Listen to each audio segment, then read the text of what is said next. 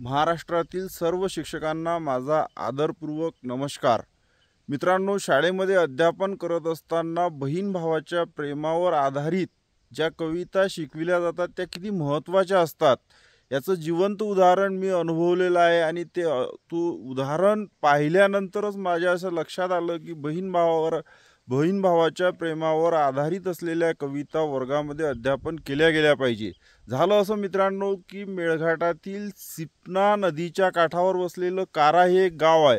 गाव अतिशय सुंदर, तेथील लोक सुद्धा अतिशय सुंदर। पण एक भाऊ जेव्हा प्रॉपर्टीसाठी हपापलेला असतो आणि स्वतःच्या अहंकारापायी स्वतःच्या लोभापायी कसा बहिणीला त्रास देतो आणि त्या त्रासामुळे कंटाळून बहीण जेव्हा स्वतःचं शेत विकून टाकते, अशी परिस्थिती मी स्वतः पाहिली आणि अनुभवली। आणि त्या वेळेस माझ्या मनात एक कविता निर्माण झाली आणि ती कविता आज आपल्यासमोर सादर करत आहे। ये रे माझ्या बंधू राजा बहिणीच्या सणाला, बहिणीच्या सणाला रक्षाबंधनाला। ये रे माझ्या बंधू राजा बहिणीच्या सणाला, बहिणीच्या सणाला रक्षाबंधनाला। काय मागणं मागू मी देवाला, काय मागणं मागू मी देवाला, सुखी ठेव माझ्या भावाला। आरतीत दिवा जळे, दिवा जळतो रे, दिवा जळतो रे तसा मन जळतो रे। ये रे माझ्या बंधुराया बहिणीच्या सणाला, बहिणीच्या सणाला रक्षाबंधनाला। वेड्या बहिणीची वेडी माया, वेड्या बहिणीची वेडी माया। सांग कधी येशील, सांग कधी येशील माझ्या भाऊराया। ये रे माझ्या बंधुराया बहिणीच्या सणाला, बहिणीच्या सणाला रक्षाबंधनाला। वाट पाहू पाहू झाली, झाली एडी पिशी, वाट पाहू पाहू झाली, झाली एडी पिशी।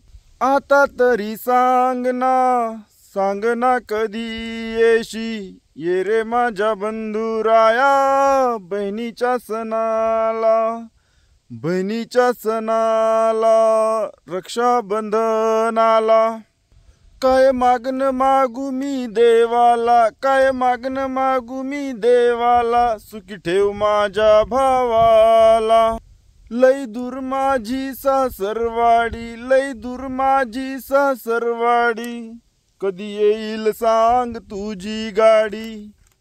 ये रे माझ्या बंधुराया बहिणीच्या सणाला, बहिणीच्या सणाला रक्षाबंधनाला। ये रे माझ्या बंधुराया बहिणीच्या सणाला, बहिणीच्या सणाला रक्षाबंधनाला। तर मित्रांनो, एक भाऊ प्रॉपर्टीसाठी, धनसाठी, संपत्तीसाठी, पैशासाठी, स्वतःच्या अभिमानासाठी, अहंकारासाठी बहिणीला किती त्रास देतो। आणि तो त्रास दिल्यानंतर सुद्धा बहीण जेव्हा भावाला म्हणजे रक्षाबंधनासाठी आतुरतेने वाट पाहते, म्हणजे त्या बहिणीचं त्या भावावर किती प्रेम असावं। त्या भावाने एवढा त्रास दिला, ती कंटाळली, शेवटी तिने स्वतःचं आईवडिलांनी दिलेलं शेत विकून टाकलं। म्हणजे मला इथून असं सांगायचं आहे की धन, पैसा, संपत्ती, प्रॉपर्टी ही एवढी महत्त्वाची नसेल। आपण किती 30, 40, 50 वर्ष जगतो आणि 50 वर्षाच्या आयुष्यामध्ये जर आपण एका आईच्या पोटापोटी जन्म घेऊन सुद्धा त्या बहिणीचा अधिकार स्वतः हिसकण्याचा प्रयत्न करत असेल, असं जर भाऊ एखादा जन्माला येत असेल तर तो भाऊ किती दुर्दैवी।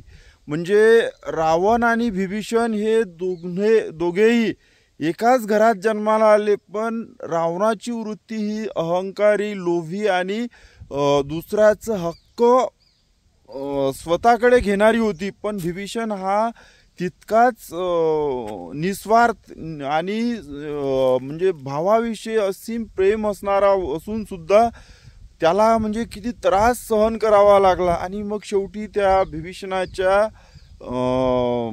याला कोण धावून गेला, म्हणजे ईश्वर स्वतः राम धावून गेले. म्हणजे मला असं सांगायचं आहे की माणसाच्या जीवनामध्ये प्रेम हे अतिशय महत्त्वाचं आणि भाऊ बहिणीचं प्रेम हे वर्गामध्ये अध्यापन केलं गेलं पाहिजे. तर धन्यवाद मित्रांनो.